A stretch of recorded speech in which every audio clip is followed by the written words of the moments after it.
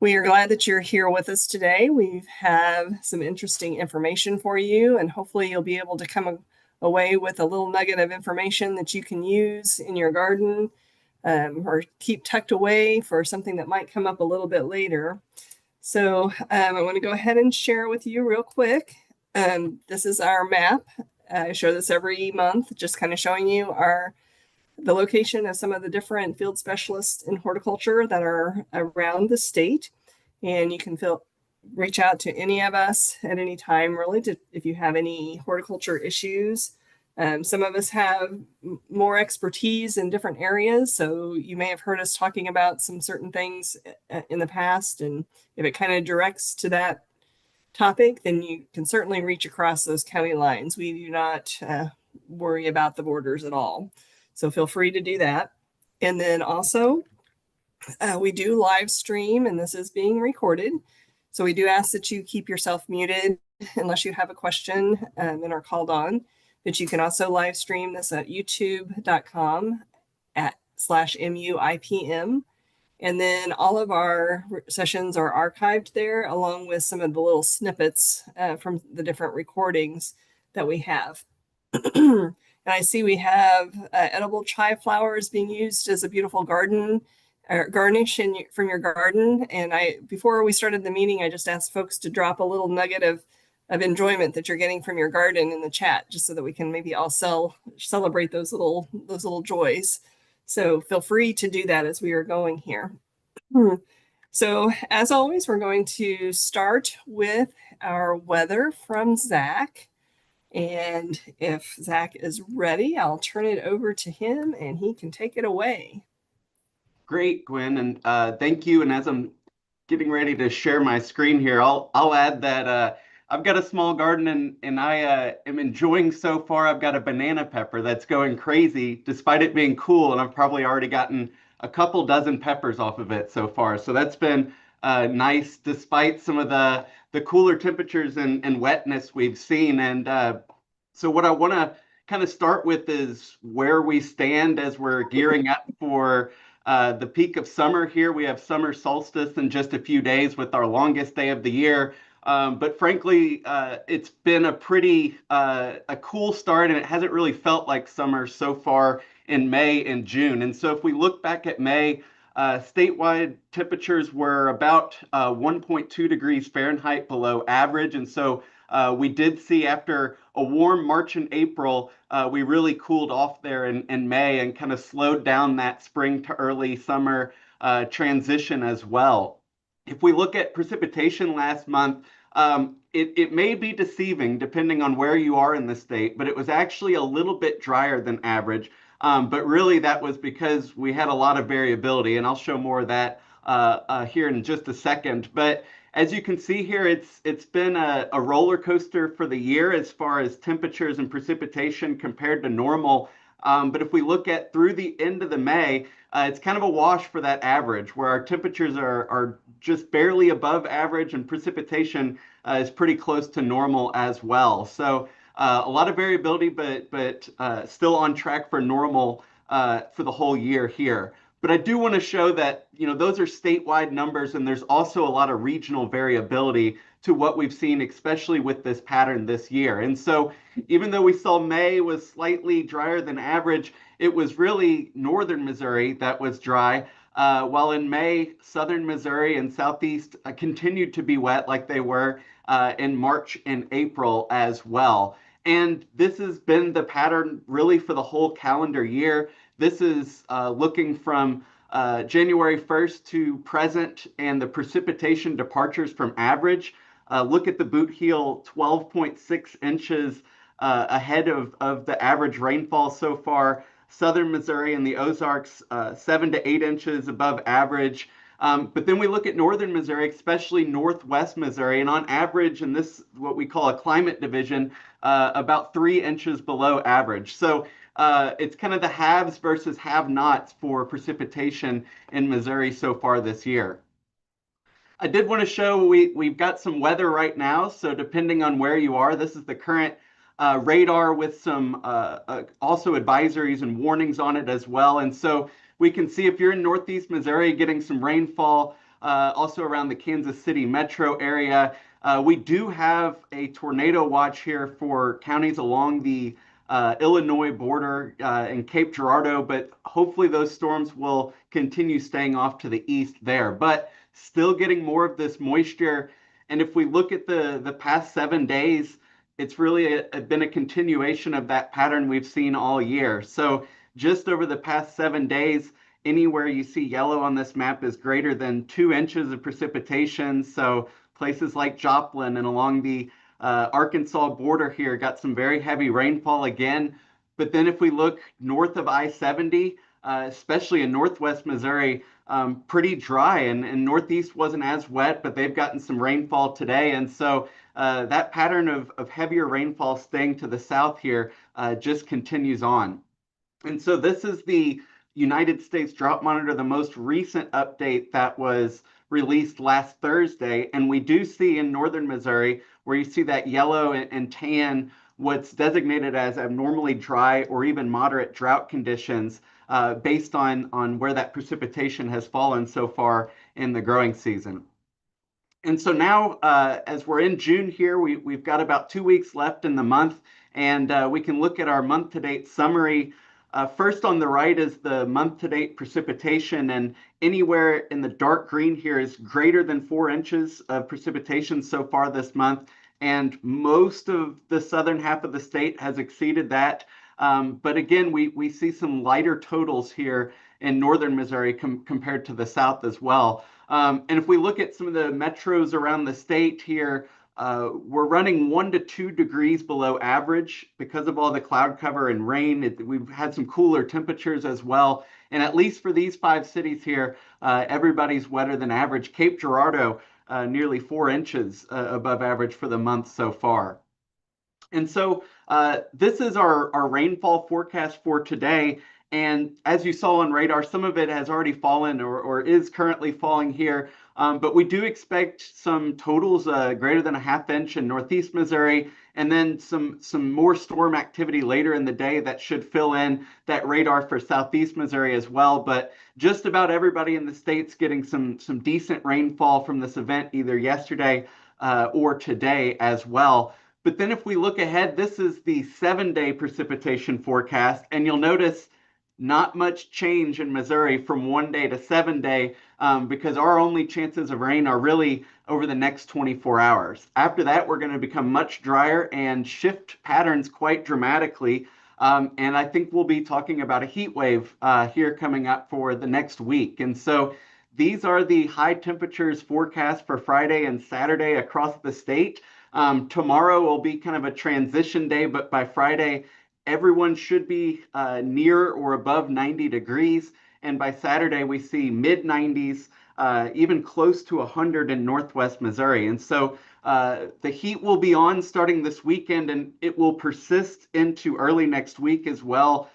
We see Sunday through Tuesday, not a lot of changes in these temperatures as well. So kind of a 6 or 7 day stretch of temperatures in the 90s for most of us here, along with some of that dry weather as well. But it is a heat wave, but I'm referring to it now as a humidity wave. And while temperatures in the lower 90s will be warm, I think the bigger story with this heat wave will be humidity and some of the uncomfortable conditions with that humidity. And so if we look at, this is the forecast surface chart for Sunday across the United States, and we see dry conditions across Missouri. But there is this area of low pressure off to our northwest and an area of high pressure off to our east. And what we see is around low pressure, those winds tend to be counterclockwise around the low and clockwise around a high pressure. And basically with Missouri here in between this low and high pressure,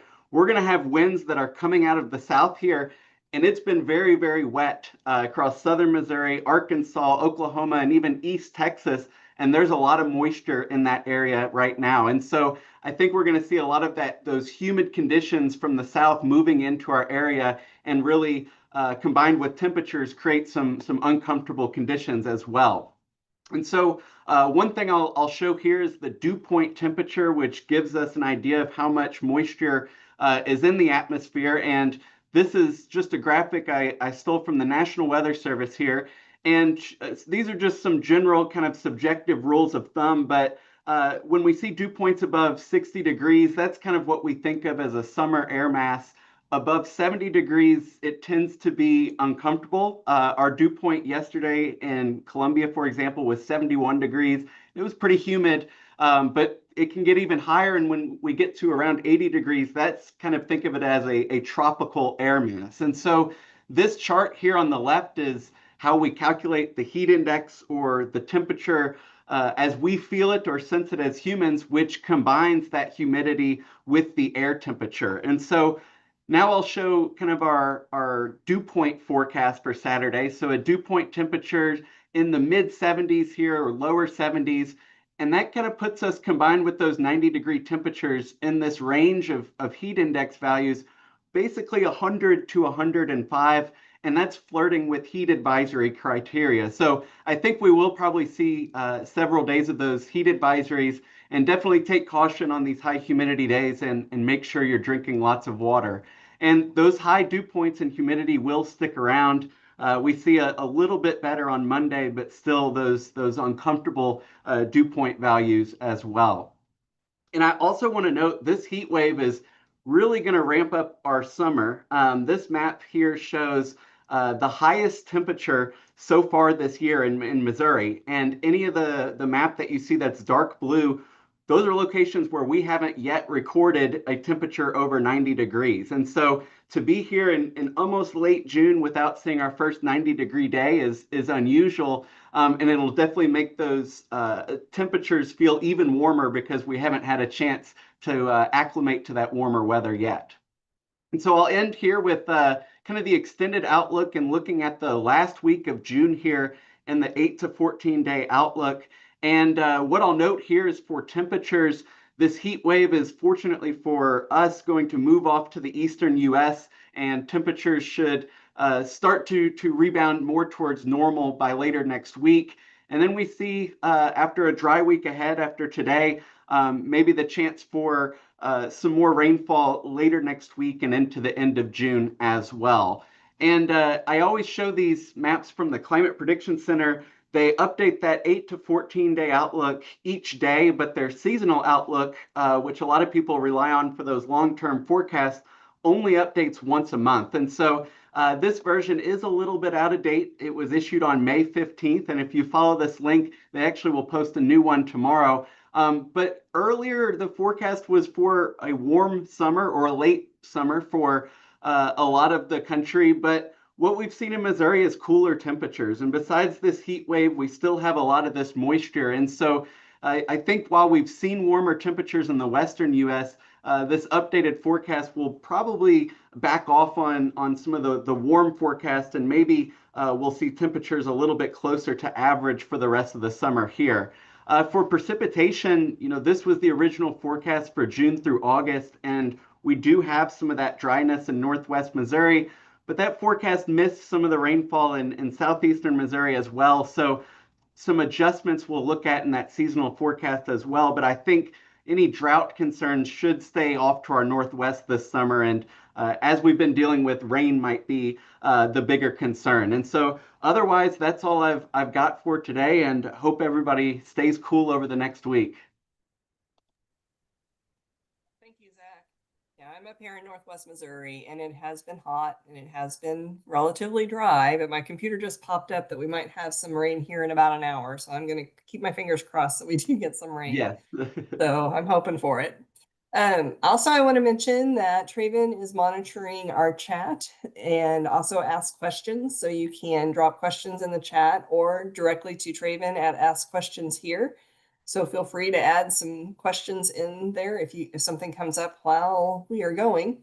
And then next on our docket, we have Donna from Cape Girardeau area, who is going to be speaking to us about hydrangea. So Donna, if you are ready, the screen is yours. Okay. All right. My PowerPoint up. Can you see it? It is. Okay, Yes. great, great.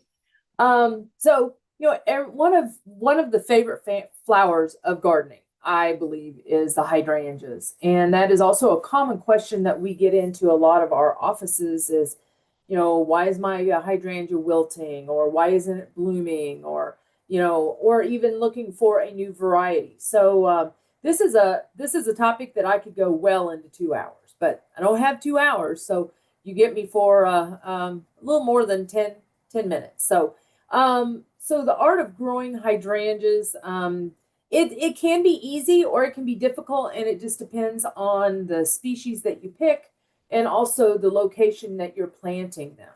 And so, first off, I want to say there's over 100 species of hydrangeas. When you take a look online and you see all the different varieties, it's just a very wide range of what you can find, from little petite bushes to larger bushes to large or small trees, and there are some climbing forms. They're all pretty much from Asia, other than a few species that we have that are native here to the United States. Hydrangeas really picked up steam in the 1800s, mainly grown for their flowers, although there are a few that can be grown for the fall coloring. Oak leaf hydrangea is one of the main ones. I know that everybody likes to think of hydrangeas as being, you can change from a blue flower to a pink flower, but in reality, not all varieties do that. The only one that will do that is Hydrangea macrophylla. And so you have to seek out that variety, or that species, I should say, in order to be able to change that color. And I've got a slide coming up that will talk a little bit about that. And when we talk about blooms, there's two different blooms that you can get on a hydrangea. One is a lace cap and the other is a mop head. The traditional ones that we think of that mom had or grandma had, those are the mop heads. Typically that's the bulk of our hydrangeas. So it's about 500 cultivars, and they're just the full round globes, and mostly sterile inflorescence is what we call it. Whereas the lace caps over to the left, it's 20 varieties. And so these are the more modern ones that we've bred to be for the gardens. It's a saucer shape inflorescence, so it's got a lot of little bitty flowers in the center with the florets around the edge. And so two very different, distinct looking bloom heads. And so I always tell people, try to figure out which one you want and then go after those specific cultivars or those specific varieties. As you can see from this slide, we can get quite a bit of bloom out of hydrangeas by selecting the different species or the different cultivars. And it's really nice to know that you can have something blooming for a prolonged amount of time instead of just a small 3-week window. And so I'm going to go through some of these as we go. Culture requirements: they like a well-drained soil, but they also like fertility. They like a high organic matter. pH typically is 6 to 6.2. Now, on the macrophyllas, like I mentioned earlier, the pH will dictate the color of the bloom, so you got to pay attention to that. Light preference is part shade. And I've got a slide coming up next to explain a little bit of it. Some like morning sun, some like afternoon sun, and some like dappled shade. And so once again, you've got to do your research to figure out exactly which hydrangea you want versus which ones you probably already have in your yard and is it the right location. So we have to think about that. And then on fertility, they like to be fertilized at least once a year. Typically in the months of May or June. Some of them will actually benefit to 2 fertilizations a month apart. But I would not fertilize past July. Just keep that in mind. On pruning hydrangeas, not all hydrangeas are the same at pruning. Some of them will bloom on new wood. Some of them will bloom on old wood. And so this will dictate how you prune those hydrangeas. On new wood, if they bloom on new wood, that means they set the bloom buds in the spring, which means that you can prune them up until spring, but not past spring, because then you'll cut off the bloom buds. If they bloom on old wood, that means they set the buds in the fall. And so if you would go and prune one of those hydrangeas in the fall, you will not have blooms in the spring. And so you have to make sure which species you have, and base the pruning on that species. And so definitely two very different ways of pruning. If you don't know which hydrangea you have, the best thing you can do is prune right after blooming each year. And that way you know for sure you're not pruning off of any of the bloom buds. Okay, so when we talk about hydrangeas are part sun, this is sort of a chart I made that will sort of explain, okay, part sun is not the same as part shade. A long time ago, I thought that was the case. And it wasn't till recently that I started looking it up because I was curious. I was like, well, all right, some books say part sun, some say part shade. What's the difference? Well, if you look at this chart, full sun is 6 or more hours. Part sun is 4 to 6 hours. And so this is where you would probably get the, 6 hours of sun, or 4 to 6 hours of sun, or you would try to concentrate on afternoon sun. Part shade means that you would have 2 to 4 hours of sunlight, or you could go with morning sun. And then, of course, full shade is 0 to 2 hours of sunlight. And so most of our hydrangeas are somewhere between part sun and part shade. And once again, it goes back to research and finding out what variety you have or what species you have and what it takes. I know that one always a sad moment for me is driving down through a neighborhood and I see this poor little hydrangea out in full sun. And when I say full sun, I'm talking about all day sun. And it is so wilted down and drooping. And it's not because of lack of water. It's because it's just way too much sun exposure. And so we really have to pay attention to how much sun we are giving these plants. So just to go over some of the more commonly available hydrangeas, this is Hydrangea arborescens, and this is the smooth hydrangea. The most common one we know of is called the Annabelle hydrangea, which was actually founded over in Anna, Illinois. And so it's a beautiful mop head, and it's in the picture up to the upper right. And it blooms from May to August, and it just has a big old white mop head to it. And there are lots of newer cultivars out there, and some of them are more petite, some of them are bigger, some of them have smaller blooms, some of them have bigger blooms. And so seek out what you're looking for. This one actually blooms on new wood, so actually pruning it in the fall would be okay, or pruning it in late winter would be okay. Then we have Hydrangea macrophylla. This one is what we call the big leaf hydrangea. This is what normally everybody thinks of when people talk about hydrangeas. It's the one that you can go from blue to pink depending on what that pH is. Now this one is not exactly really hardy. And so this is one that can have a lot of freeze damage, especially if we have a cold winter. And so this is one that we commonly hear of, oh, well, my hydrangea didn't bloom this year. Well, the first question comes up, did you prune? Well, no. Well, if you didn't prune and it's still not blooming, quite possibly it got hit hard by a freeze or a frost and will not have bloom buds. So just keep that in mind. This one is no more than 4 to 6 hours of sun. So it really needs that probably afternoon shade to really perform its best. All right, now when we talk about blue versus pink on that on the macrophylla, it's all about the aluminum, and that's found in the soil, and it's the pH that we alter to either make that aluminum available or that aluminum is not available. And so elevated pH can lock up the aluminum and gives us a pink color. By lowering the pH, we can create a blue color, and that is by decreasing that pH. So you would apply lime to bring that pH up, and we would apply sulfur or ammonium sulfate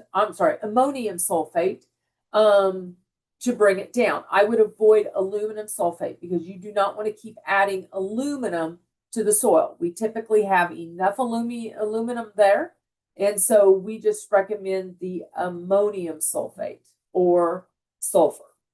And if you wonder what your pH is, get a soil test, and that way you know exactly if you need to bring it up or lower it.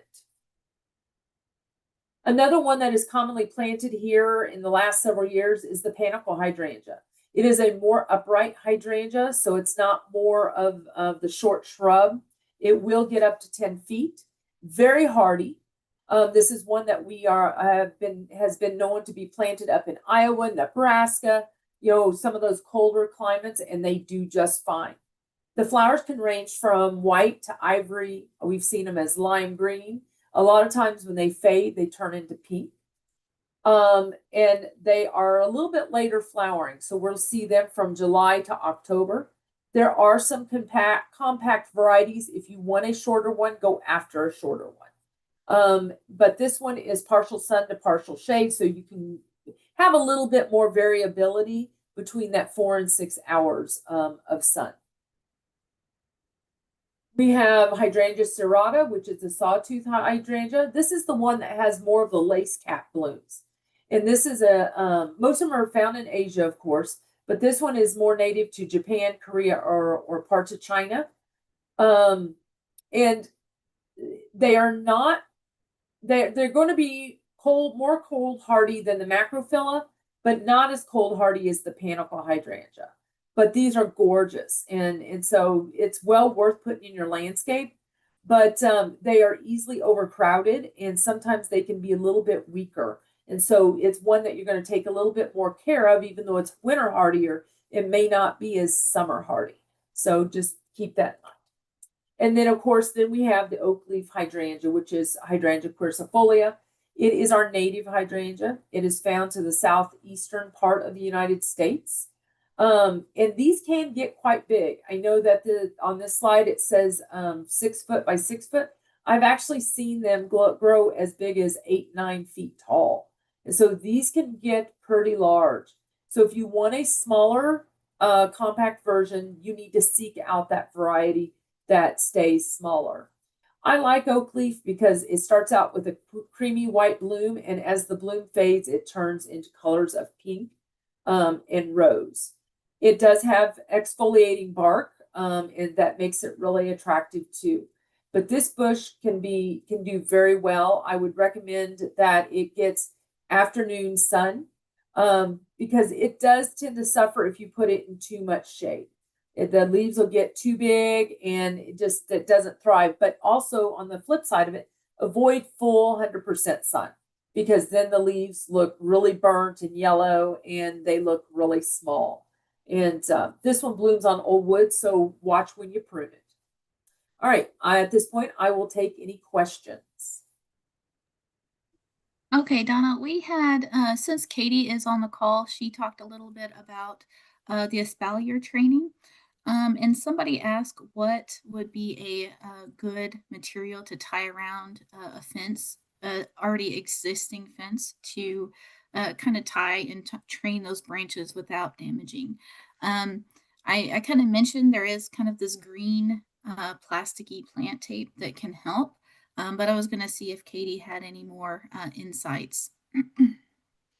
So yes, that plastic plant tape, it stretches, so that's nice. So if something is growing, that stretchiness can help. However, if you're paying attention, there are specific ties for that. You can use fabric strips. You can use pantyhose. Actually, I saw zip ties on grapes this last week. So there are lots of options out there. But ideally, if it's something that stretches a little bit, that can help as things are growing, so that you're not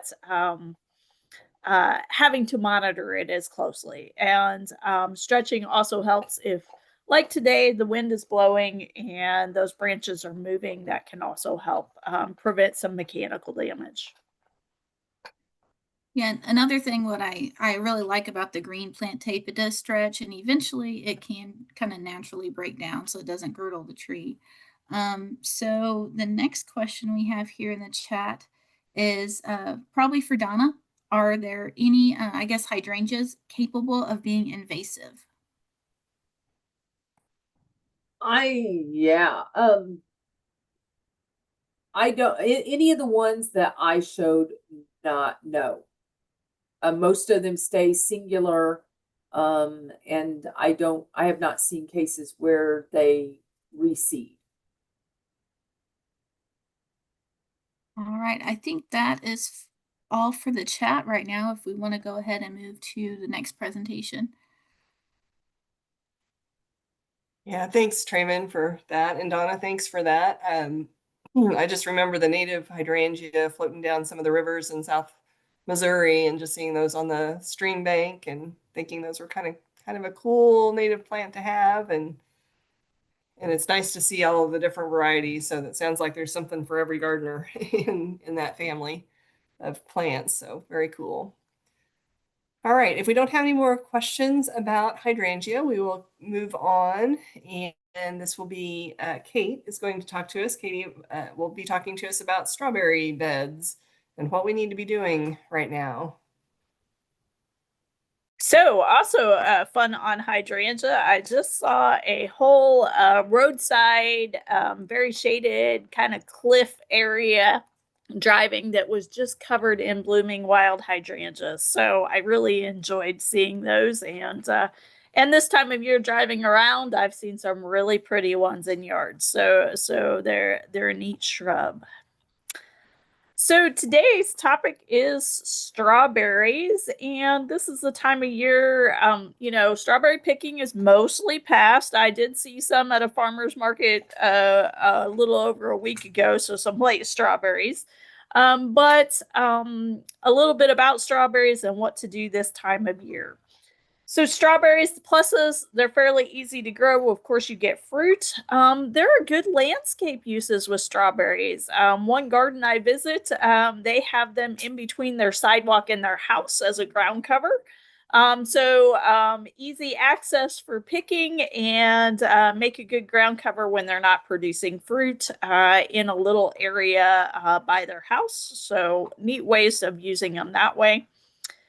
Minuses, we can have winter injury and we can have frost injury. So we can get cold in the wintertime.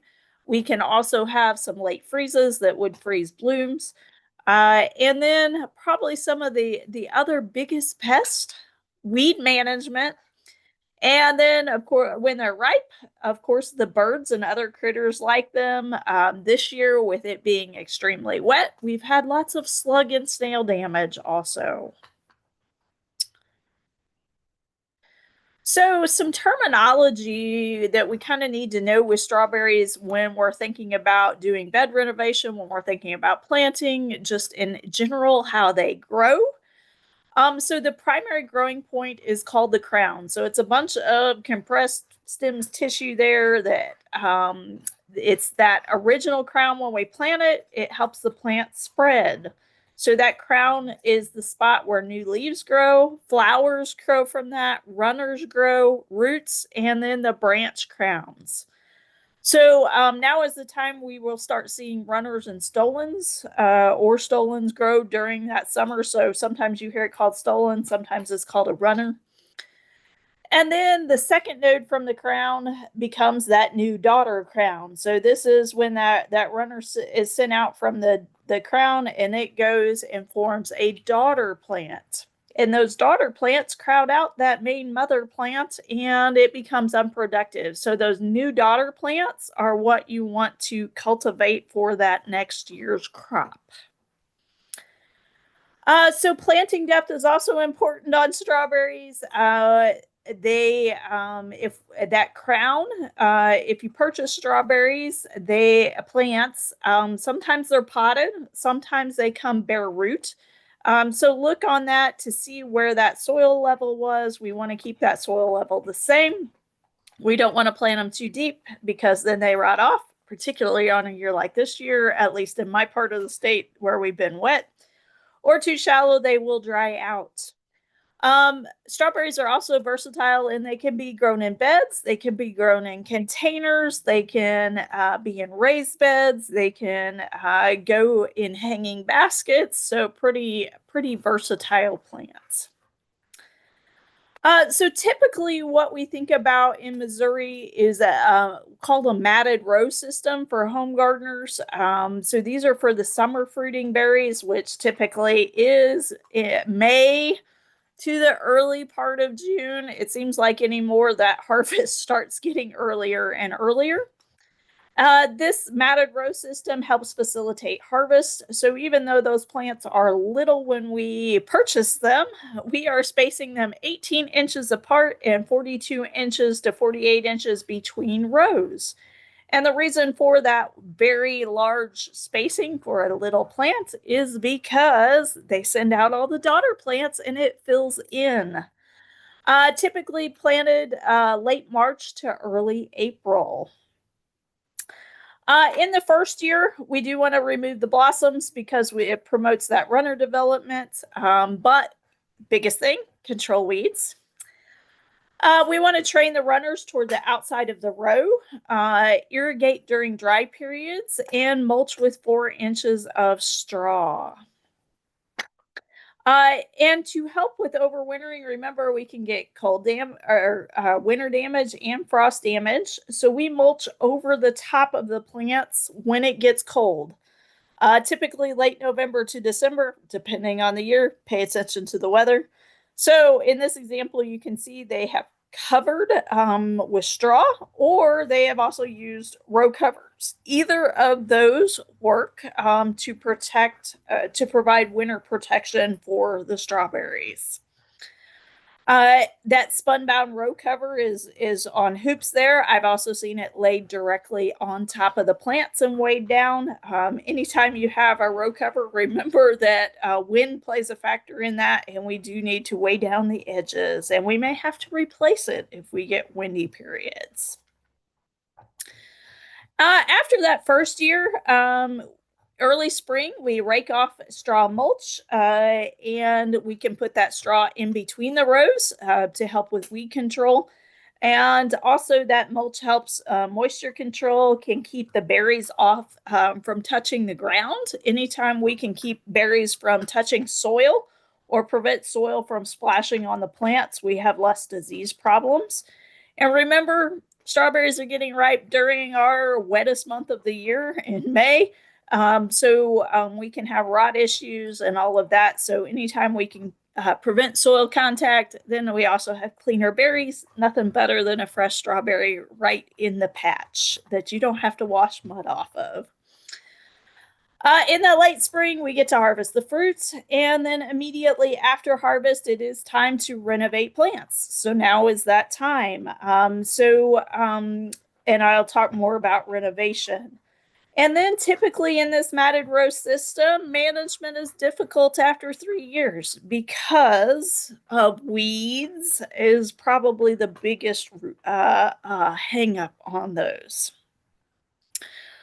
So as mentioned, weeds. So on the left, if you can pick out, there are strawberries in with that clover.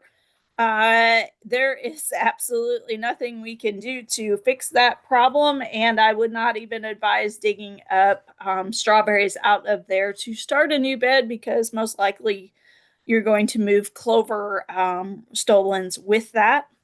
So weeds are a problem unless you keep on top of it, and also site selection makes a difference. You would not want to plant in a site that had a lot of clover or other problem weeds. You want to control those before planting. So then after that harvest, mow off the foliage. We can narrow the rows of 8 to 15 inches wide, and then we thin plants. So you can see in these pictures from South Dakota State that they mowed in between because those have grown together. And then they've run a tiller down the center to get rid of those extra plants. And then in the row, we thin them 5 to 7 per square feet. And remember, thin out the old mother plants and let the daughter plants be productive. Also, time to fertilize and irrigate or water or do it before rain to incorporate that fertilizer. Another time it's very important to pay attention to rainfall or irrigation is August 1st to November 1st, because that's when your flower buds are being initiated for our next year's crop. That's all I have for you on renovating strawberries. So if anybody has any questions, let me know.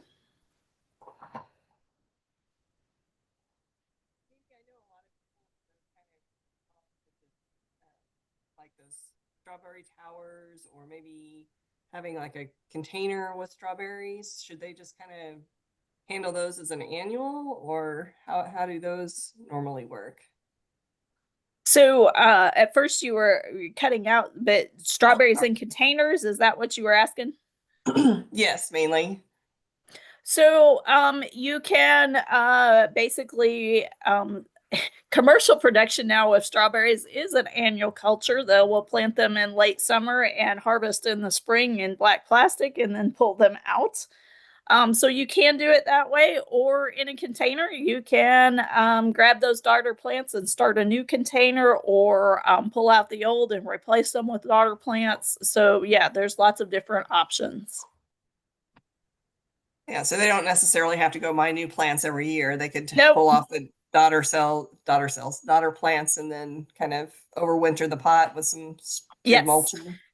And remember, if it is in a container, that containers freeze more, and since strawberries do have winter problems overwintering sometimes, so mulching containers, mulching around containers, or even burying containers or putting them in a more protected place that stays warmer are advantages too. Perfect. Traven, were there any questions to you? Nope, I don't see any questions in the chat. Okay. Well, feel free to put some things in chat, or send them to ask questions here, and we can, if something pops up in your mind as we're going through this. Next, Traven's going to talk to us about some of the All-American Select Gardens that we have around the state. And I wanted to see if any of you were at the Master Gardeners Conference last weekend, the 14th, and see if there was any, if you were able to see the All-American Select Garden that they had out at, is that Jefferson we were at, I believe. I know we went to two different farms, so I get them confused because I'm not from there. But hopefully you had a chance to kind of look at that. And I wanted to say, if you did go, I appreciate you guys kind of working with us and offering us grace as we kind of had to shift and pivot with the rainstorm that kind of came through with the garden tours. So anyway, Traven, if you would like to take it away, go on ahead. All right, can everybody see the screen? Yes, looks good. Awesome.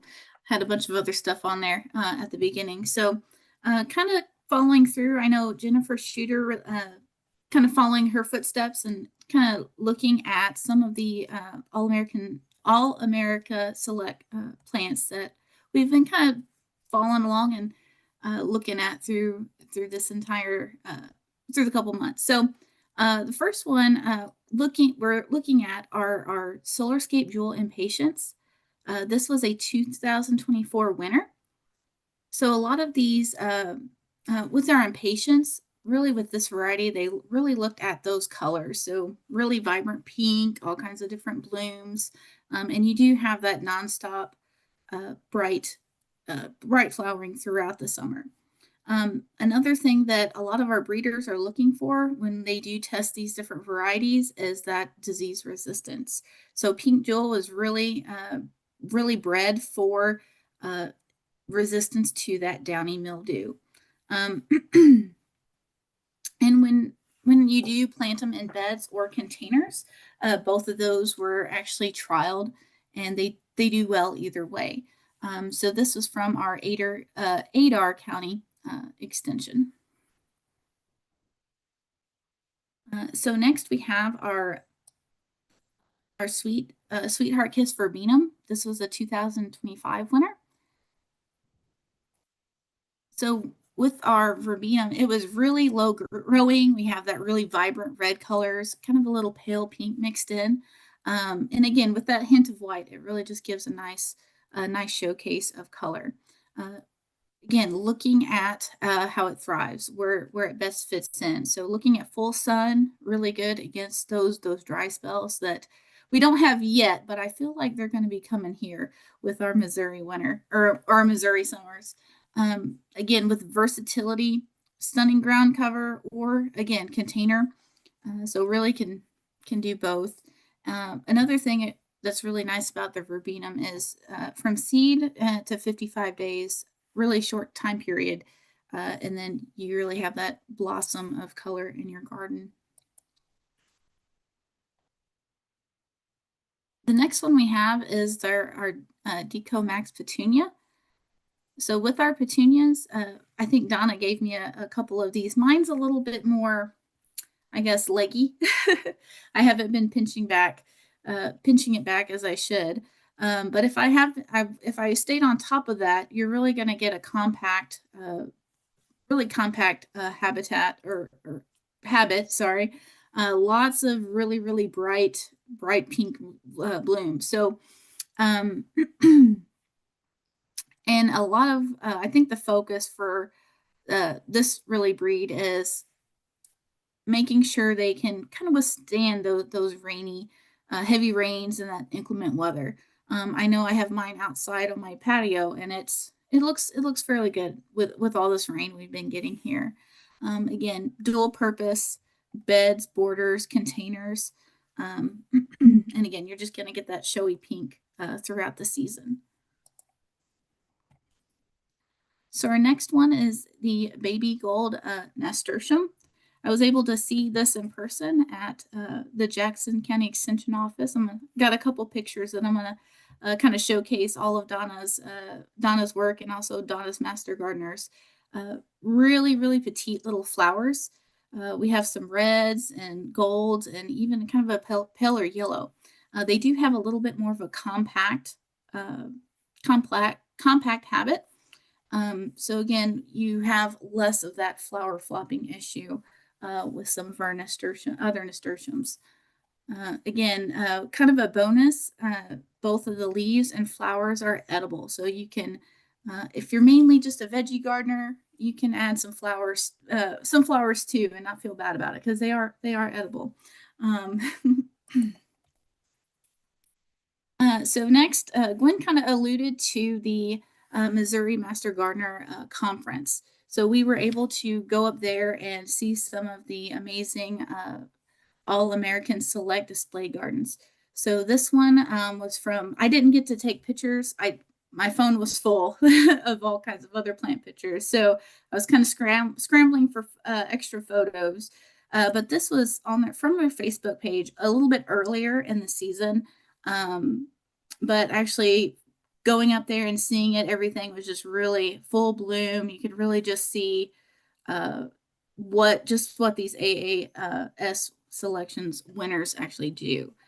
So it was really gorgeous.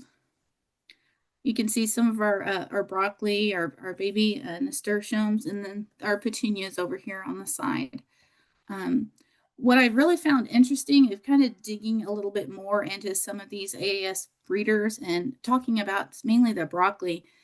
One of the traits they're kind of looking for too and paying more attention is to the kitchen use. The broccoli, for example, they really bred it to make a one cut.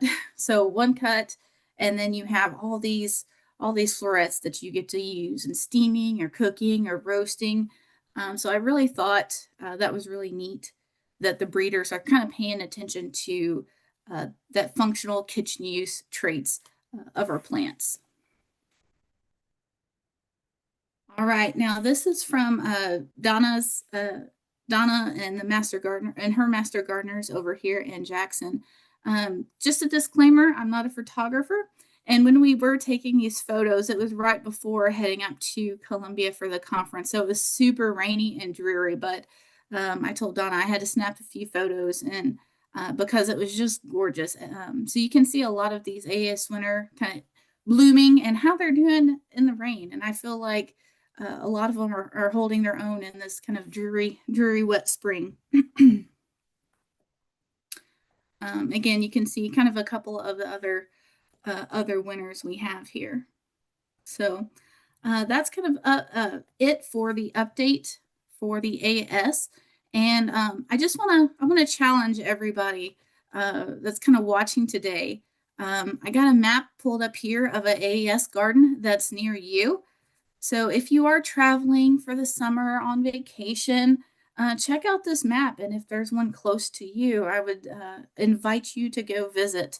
And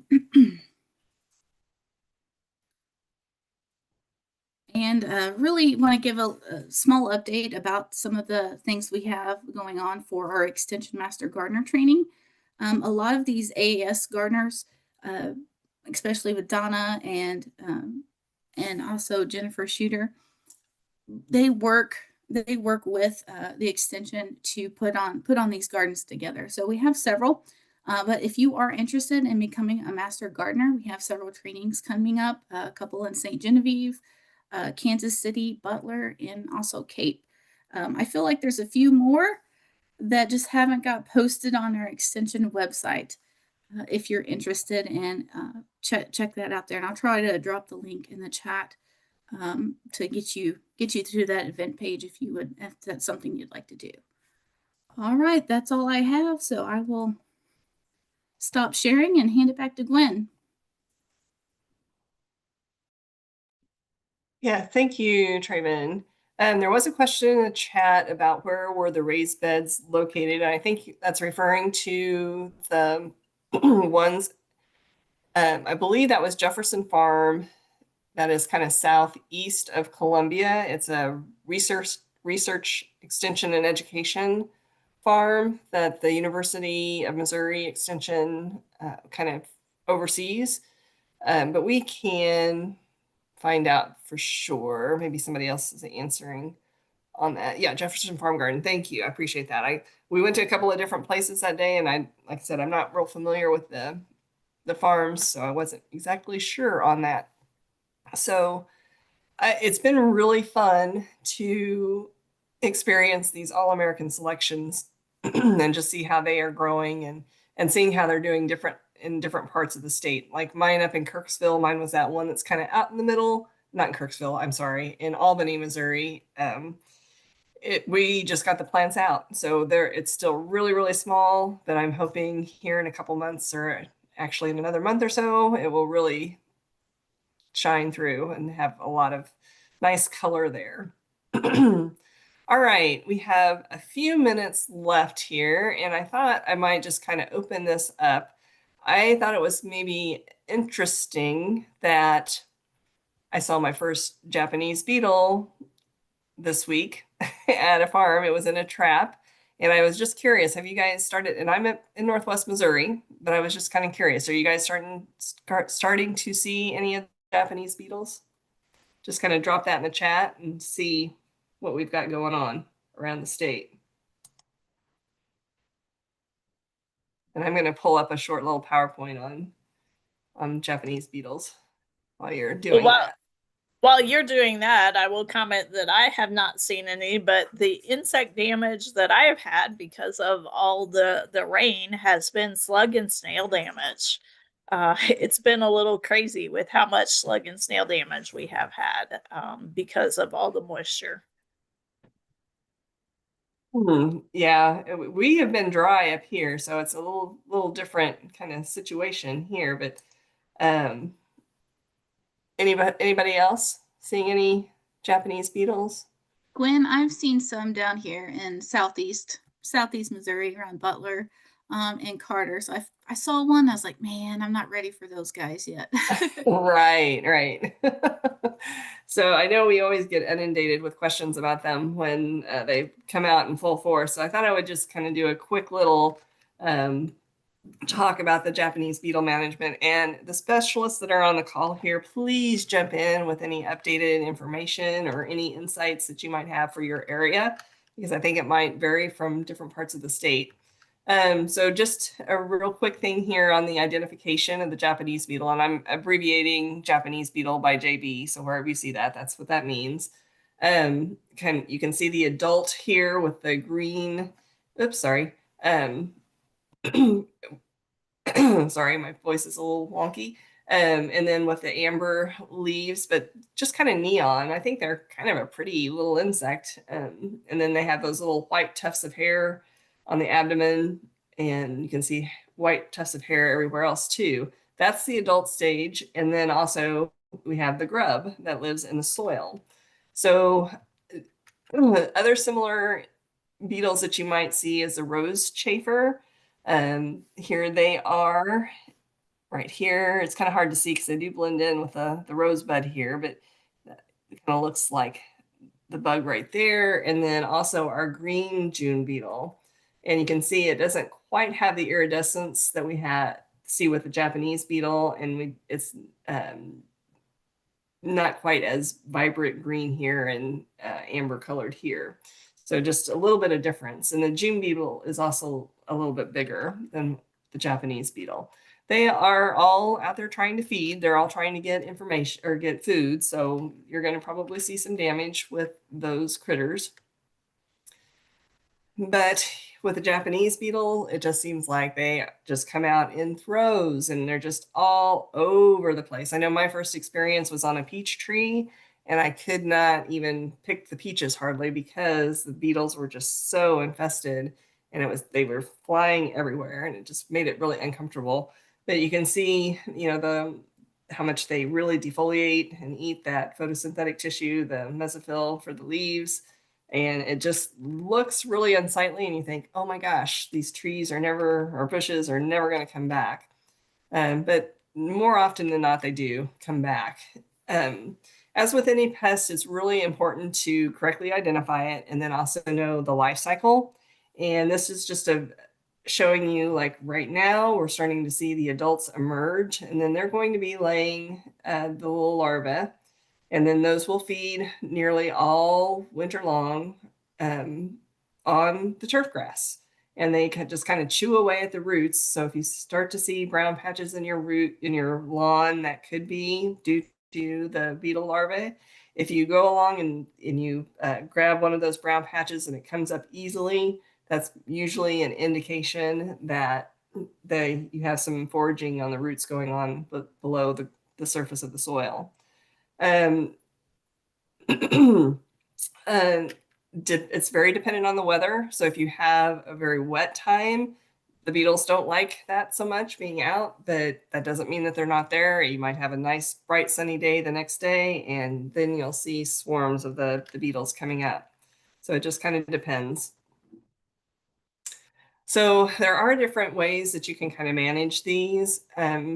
First thing, if we look at cultural methods, we want to choose varieties that the Japanese beetles do not like. So if we think in terms of cover crop, the beetles like buckwheat, and they also like cool season grasses. So if we have those in our yard, if we are using that buckwheat as a cover crop, we probably are going to be enticing them to come to our area.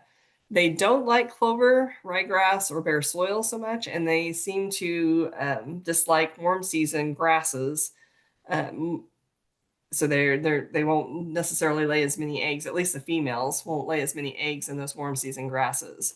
And the females like moist soil. So if you have a very moist soil habitat in your lawn, like you're irrigating all the time, and you have cool season grasses, that's just kind of like the perfect environment for the female to lay eggs. So maybe dropping off the irrigation later in the summer as much as you can to maintain your lawn, but not overdoing it. It might help be a cultural method to kind of reduce the amount of eggs and larvae that are there. Also, you might consider trap crops like evening primrose, rose bushes, African marigolds, or knotweeds. Even our trees, when you are getting ready to plant trees in your yard, just remember that there are some that they like and some that they don't like. And they like apple trees, but they don't necessarily like pear trees, I've heard. So it just kind of depends on what you have going on there. This is in the publication that Traven dropped in the chat. just kind of shows you some of the different varieties that they do like and the ones that they don't like. So if you can kind of plant the ones that they don't like, that's more likely to keep them away. Mechanical methods, that would be like hand picking the adults and just trying to drop them off, pick them up and shake off the plant maybe and put them into a soapy bucket of soapy water. You want to try to get them maybe in the morning or evening when it's a little bit cooler, but you want to do this early. So like right now while they're emerging, this would be a good time to start that management. If you wait until they're just swarming everywhere, probably is going to be too late. And then of course we have the traps, and it's kind of a mixed bag on whether the traps, you like them or you don't like them. But main thing is if you put the trap in your yard, you're going to get Japanese beetles. So you want to kind of put them away from the plants that you're trying to protect and get the beetles to go away from them. And then as a chemical management, probably used as a last resort, assess the damage before applying any kind of chemicals. It may be too much, the infestation may be too much, and chemicals won't be able to control it. So there are some different insecticides that are labeled for this. I would advise you to do some research first. This information changes all the time. So even things that I have listed here, it may be off market or may be labeled differently now. So always read the label and look for updates because it may not be current. It just changes so quickly. Just real quick question, which is true, A or B? Put it in the chat, A or B. Moles, if you have a bunch of grubs in your yard, you're going to get moles. Or is B true? If you have a bunch of earthworms, you're going to have moles. Traven, can you tell me real quick what we got? Well, I just gave you the answer, B. The moles are after the earthworms. So they will eat grubs, but mainly they're there for the earthworms. So any kind of grub control you put down is also going to kill your earthworms, especially in the spring when it's wet and the earthworms are closer to the surface. If you wait until the fall when the larvae are, I don't know why that changed there, but if you wait until the fall when the larvae of the grub are small, it's drier, the earthworms are usually further down in the soil, you're less likely to impact the earthworms that way.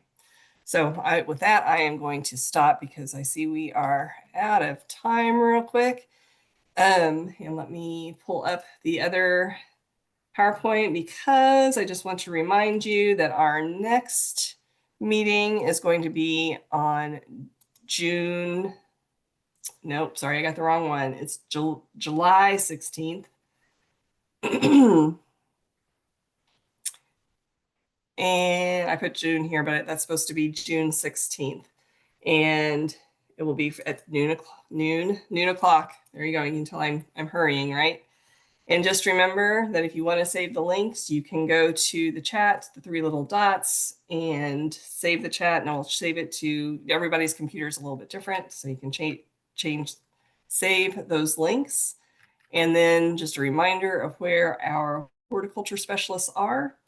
And with that, I think I will close up. And I just wanted to say thank you again for everybody for coming and joining us today. Reach out if you have any questions, and we will be happy to help you. And I hear thunder, so I'm hoping I'm going to get rain here soon. Anyway, if you don't want rain, I hope you dry out a little bit. We'll talk to y'all later. Thank you. Bye-bye.